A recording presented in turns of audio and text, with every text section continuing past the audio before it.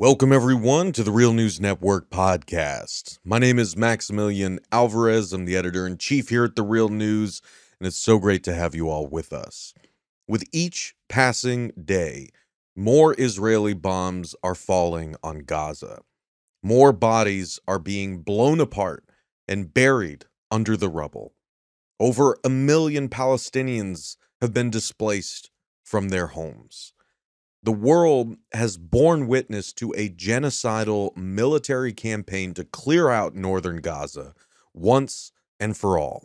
And every day, every hour, it feels like the chance to stop one of humanity's most inhumane crimes is slipping through our fingers. And the powers that be have shown no interest whatsoever in listening to the thundering calls for a ceasefire coming from governments and mass demonstrations around the world, particularly the Biden administration here in the US, the increasingly fascistic Netanyahu government in Israel, and the arms manufacturers and war profiteers who are raking in billions from manufacturing mass death. This is prompting activists and people of conscience around the world to take direct action to try to disrupt the war machine themselves.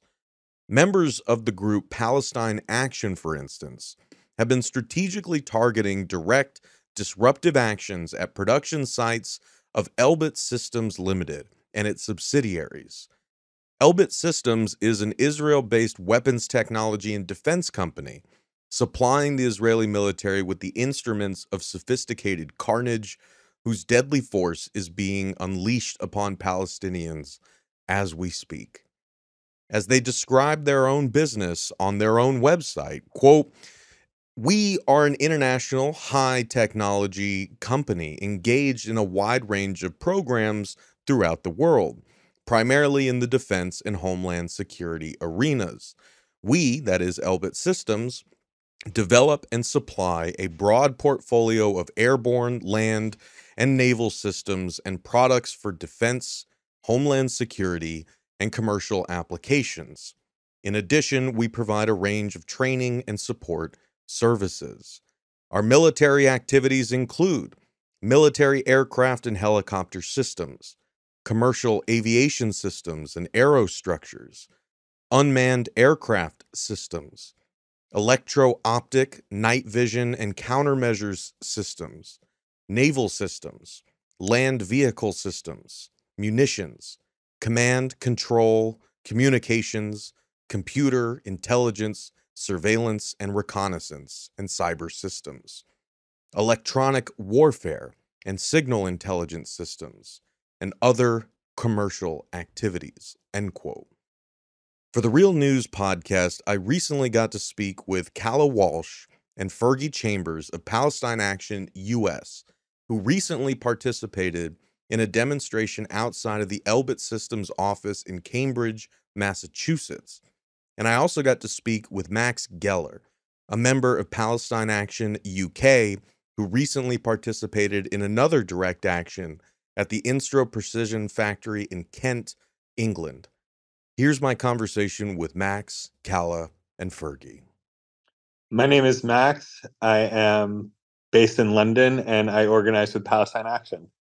My name is Calla. I'm based in Boston, Massachusetts, and I'm an organizer with Palestine Action US. My name is Fergie. I'm based in New Hampshire, Boston, Atlanta, and I'm also an organizer with Palestine Action US.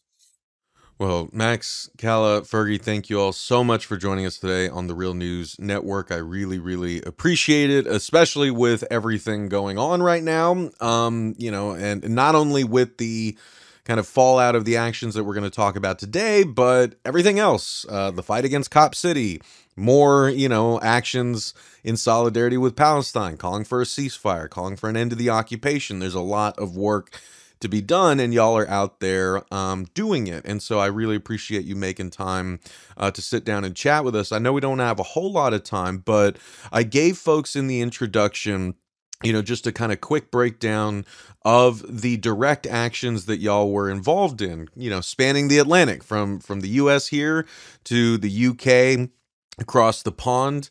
As folks who listen to and watch The Real News know, and as I mentioned in the intro, we did host a live stream recently with two folks from the Workers for a Free Palestine Coalition in the UK who were also there at the arms factory in Kent owned by Instro Precision, which is a subsidiary of Elbit Systems.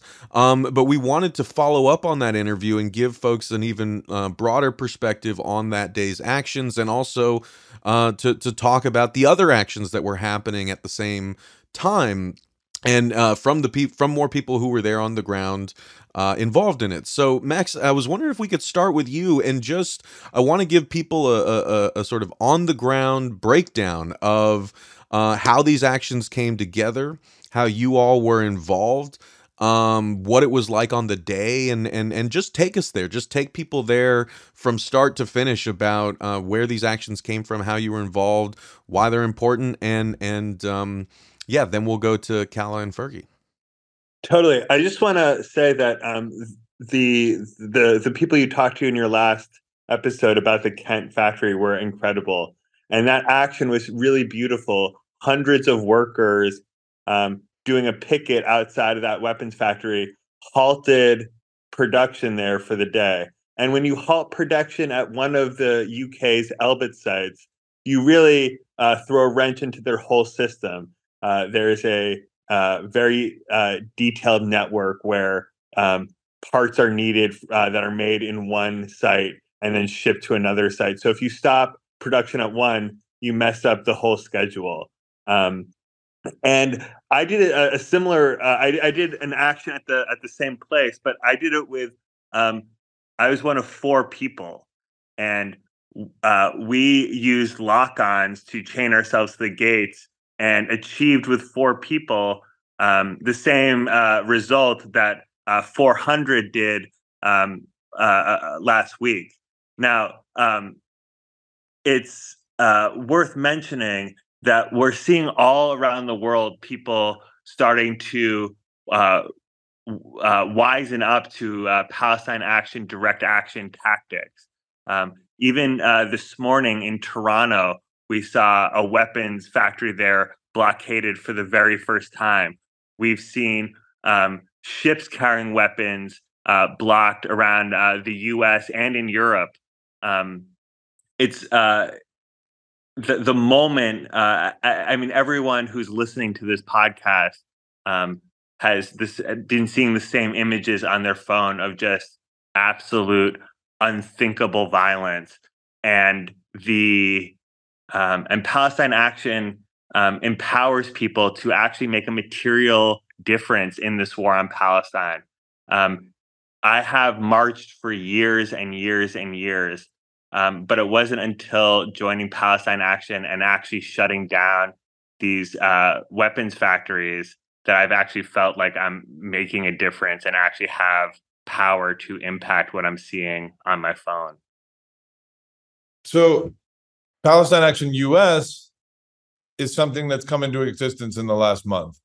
We had a relationship with Max. I've known Max for a long time because of Palestine. And because of Boston. And we had the link to the organizing going on in the UK. We knew for a long time that Elbit was present in the US, in New England, in Cambridge. But the pieces hadn't really been put together, and you know, perhaps the mass political moment wasn't there in this country. But when we decided to target the Elbit location in Cambridge on October 12th, it wasn't even as Palestine Action anything. It was a couple people who knew Palestine Action UK that had connections to Cambridge, deciding to target that building in the wake of what was developing in Gaza. And mind you, at this point, the first major hospital bombing had not even occurred. You know, we had not seen 10,000 deaths.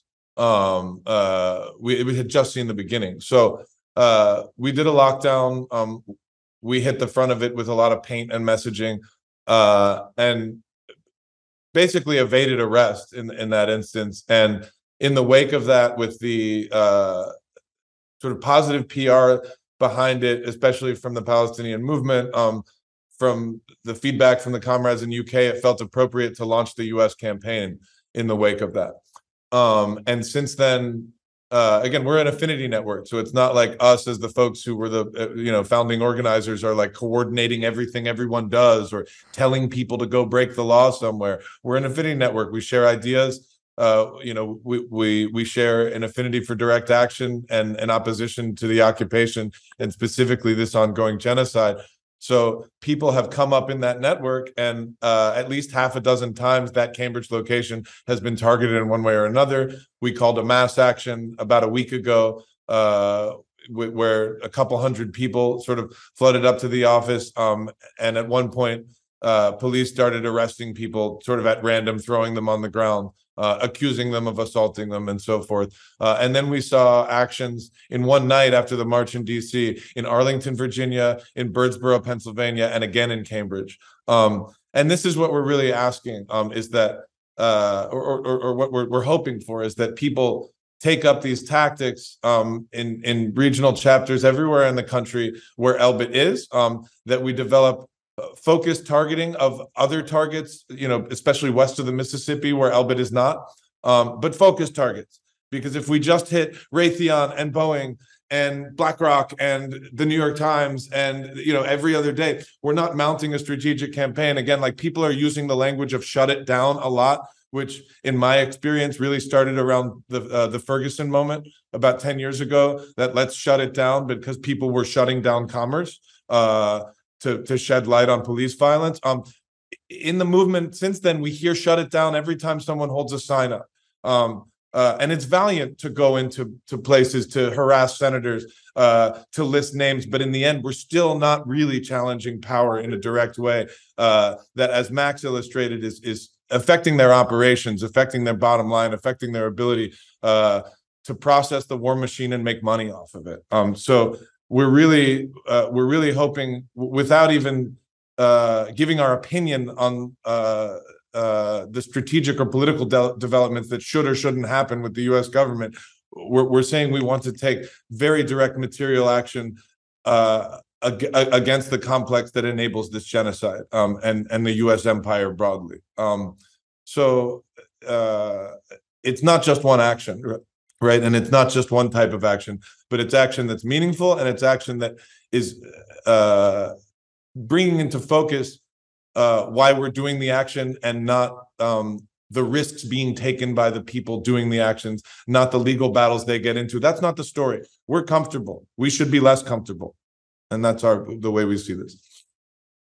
Well, just kind of building on that, I was wondering if we could just, for folks who are listening to this, just say a little more about that, particularly a little more about Palestine Action itself, right? Because there's as we've been talking about on the Real News, week in, week out, I mean, resistance is cropping up everywhere. I mean, even now, folks in their unions are taking a stronger stand. We know that some unions have been at the forefront, like the transport workers unions in Belgium, who have told their members not to unload cargo carrying military equipment headed for Israel.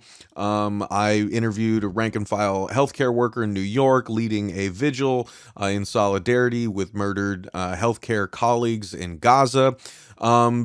Folks are flooding their congressional representatives with calls for a ceasefire. Now, so far it feels like the powers that be, particularly in Washington, D.C., are doing everything they can not to listen to people's demands for a ceasefire and an end to this genocidal violence and the 75-year occupation of Palestine. But again, it's going to take, like a lot of people doing what they can in their respective locales. So I wanted to ask, like, for folks who are listening to this, who are maybe just hearing about Palestine Action, what is it? Could you say a little more about that? And say a little more about that strategy of direct action, right? I mean, everyone, has, like I said, a pathway into getting involved, even if that's just calling, your representative, all the way up to direct action that materially disrupts the productive systems that lead to weapons being shipped off to Israel and being used to bomb hospitals, kill children, civilians, so on and so forth. So I just wanted to ask if we could say a little more about that for folks who are maybe trying to make sense of all the different groups' names that they're hearing about and the different forms of resistance that they're seeing around the country and beyond.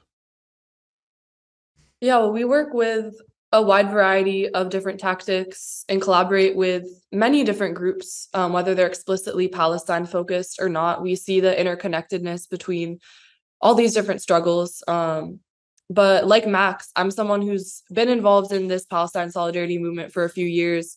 I've done the lobbying, I've done the congressional advocacy, I've done the local government advocacy, we've done boycotts, we've done petitions, we've done public rallies, we've done mass marches. And it's not to say there isn't any value in those tactics, there absolutely is, but this moment demands so much more. We're not just going to be politely asking our senators and representatives to stop sending weapons to Israel. We are going to put our bodies on the line and say, we are stopping these weapons from going to Israel, and we dare you to stop us.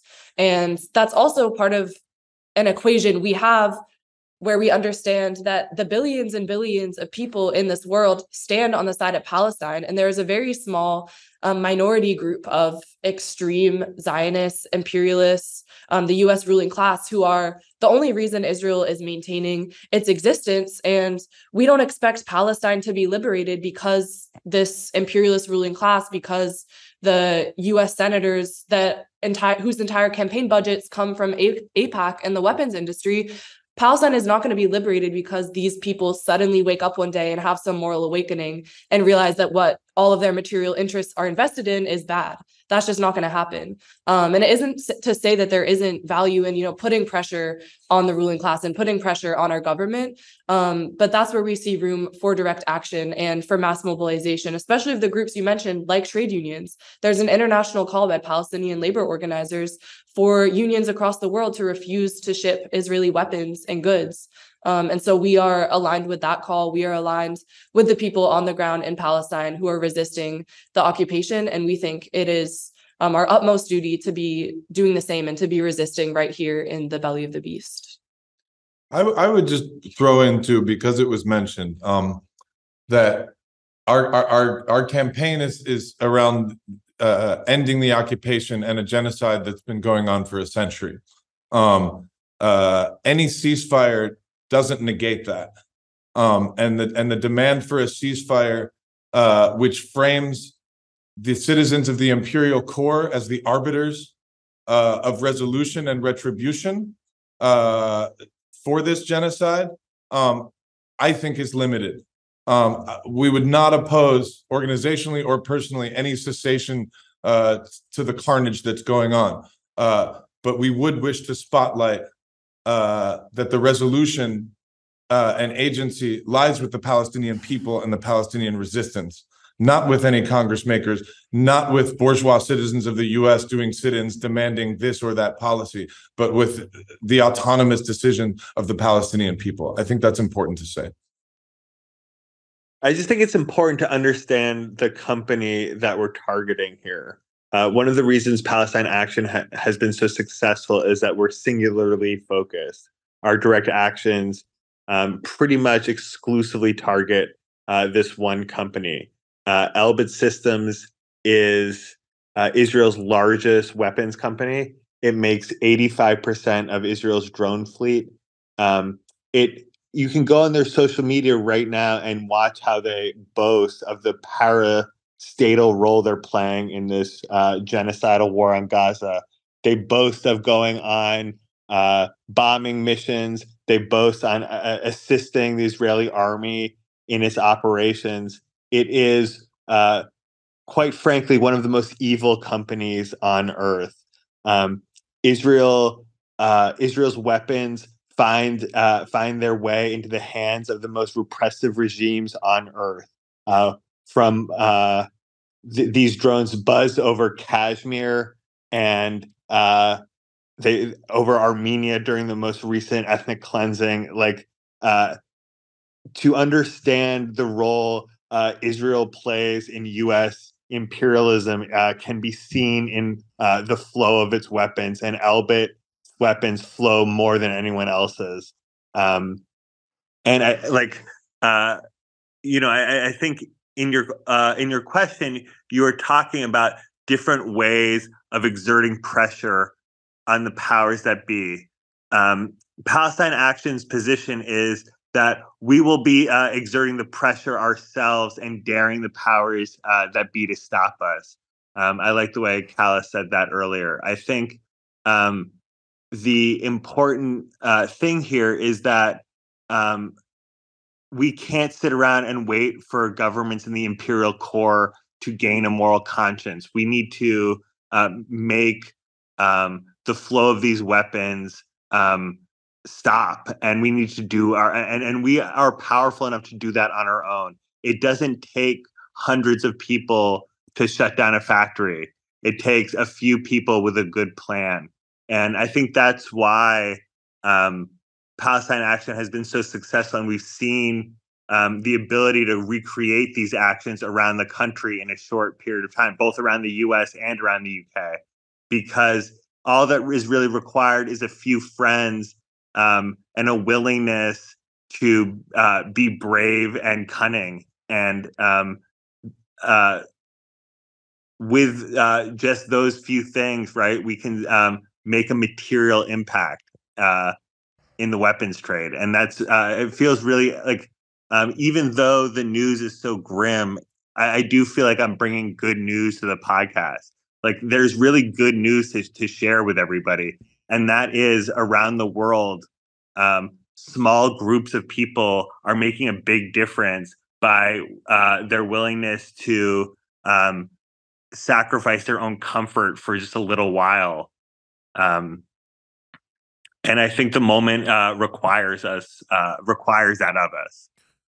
Well, let's like round out on that point, right? Because I want to give folks listening with the last 5 minutes that I've got you here, a sense of what comes next, and also like what has happened since the actions that y'all were involved in. You know, because as we know, in terms of daring the powers that be to stop you, I mean, the powers that be are going to try, and like there is a McCarthyite fog, a heavy fog that is set over the country. People are getting fired from their jobs. I know that, folks, as Truth Out reported, there were folks who were arrested at a recent demonstration in Cambridge at Elbit's headquarters.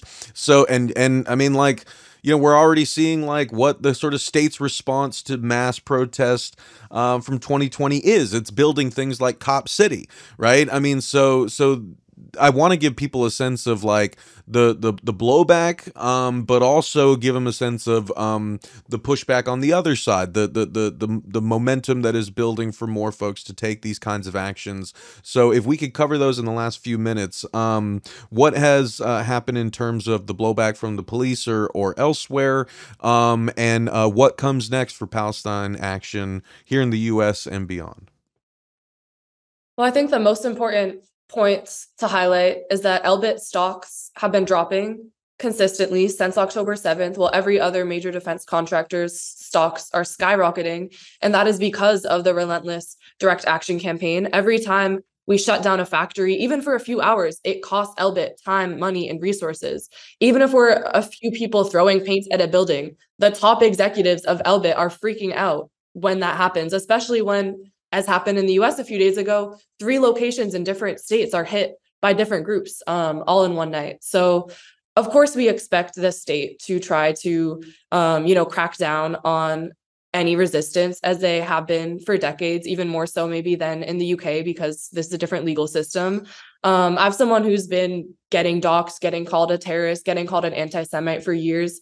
And to be honest, I think as people in the West, like this kind of blowback is the very, very like bottom of the ladder compared to what people are experiencing, if we're talking about relativity on the global scale. And it's the very, very least we can do to get locked up in a cell for a few hours compared to Palestinians who are being bombed and genocided every single day. So I was one of the people arrested at the action in Cambridge on Monday, October 30th. I also have charges from our first action on October 12th. I'm 19. I don't like locking myself to buildings in my free time. That's not what I do. I'd rather be hanging out with my friends. But the reality is there's a genocide going on, and it's about time we put our bodies on the line. And so when I was in jail, what I was thinking was that I would be ready to do it again and again and again and again until we shut these factories down. And anyone listening who has an Elbit factory or another genocide profiteer in their neighborhood, we encourage you to take action right now to get organized and shut it down. And the more and more people that are doing this, the less politically feasible it is for them to charge us and for them to crack down on us, because the reality is the vast majority of humanity stand with Palestine and stand on the right side of history. Yeah, I mean, that's the main point of focus as we orient ourselves to like a legal strategy or something like that. There have been many direct action movements which have been very effective that were done almost entirely in the shadows. There have been smaller instances of crews doing things like that, but I think we believe that this is one of these cases where the visibility of the moment internationally and nationally, together with the visibility of even the specific campaign that we've launched in this country, because of what they did already in the UK, because of some of the networks that we had just from organizing here in the US, that the combination of these factors, with the concrete facts of what is happening in Gaza, are enough to push the envelope on what we can do publicly without losing public support. In a lot of instances that may be appropriate for direct action, unfortunately, the sort of propagandized American public will pay no mind to certain types of direct action or think that it's kind of distasteful and not want to get near that. We're not seeing that here. We are seeing people of some conscience who are understanding the very basic premise that human life is more valuable than property. And this is a discussion, of course, that's been going on all throughout the last decade in talking about Ferguson and Standing Rock and George Floyd. And I think people are really beginning to absorb that. So again, we understand there will be legal challenges to face. We're not trying to get arrested haphazardly. No one's trying to do that to spend money. And again, not to make a spectacle of our own struggle, because our own struggle is not what's important. But if they want to come at us in the hardest way they can, then that's a fight that we're prepared to fight, because we understand that we're on the right side of history, and so are the people. And I should say that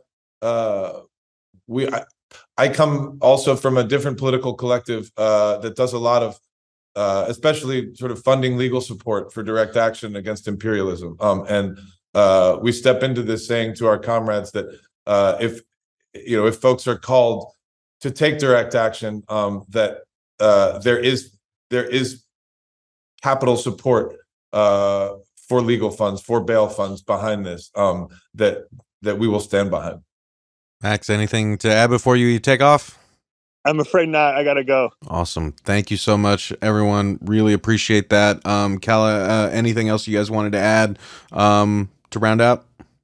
Well, yeah. So as an aside, I think maybe the focal point of the domestic movement against kind of the violent arms of the state here in the U.S. right now and this year has been the fight in Atlanta to stop Cop City. And right now we have a 4-day mass mobilization called Block Cop City, where there are lots of events and trainings going on, and there's a call to mass action on Monday. So we've come down as a Palestine Action contingency to participate in all of that. I also spent a decade organizing in anti-police work in Atlanta. This is really my background coming up in this. So those of us who have organized in Atlanta understand that the occupation is an integral piece of the militarized police state in Atlanta, because Atlanta plays host to the Georgia International Law Enforcement Exchange, GILI, which is the largest cross-training program from Zionist and American cops. And it's been housed at Georgia State University for more than 30 years by now. Or some of us who just made FOIA requests 10 years ago had feds show up at people's doors for the sake of trying to find information on this program. Not to mention that a lot of the power brokers who are heavily invested in Cop City, including my family's company, Cox Enterprises, including Coca-Cola, Home Depot, Bernie Marcus is an individual funder of the IDF beyond anybody in the US that I'm aware of through the FIDF. All of those same supporters are who are heavily invested in Cop City, are heavily invested in the occupation and in Israeli businesses. And they are building Cop City to do cross-training with Israeli cops. So if we can link really the front lines of the most radical movements in the West, the most committed direct action movements, and link together those pillars of struggle, the way that the empire has linked together their pillars of capital, right? They're allied with each other. If we are allied with each other in this way and we are willing to escalate and move together, they can't stop us. And so this feels like a crucial moment of engagement and linking those two struggles with every other struggle on earth, because our strength is always in our numbers. There will always be more of us internationally than there are of them trying to push our struggle back. The people's struggle, not Palestine Action, the whole thing.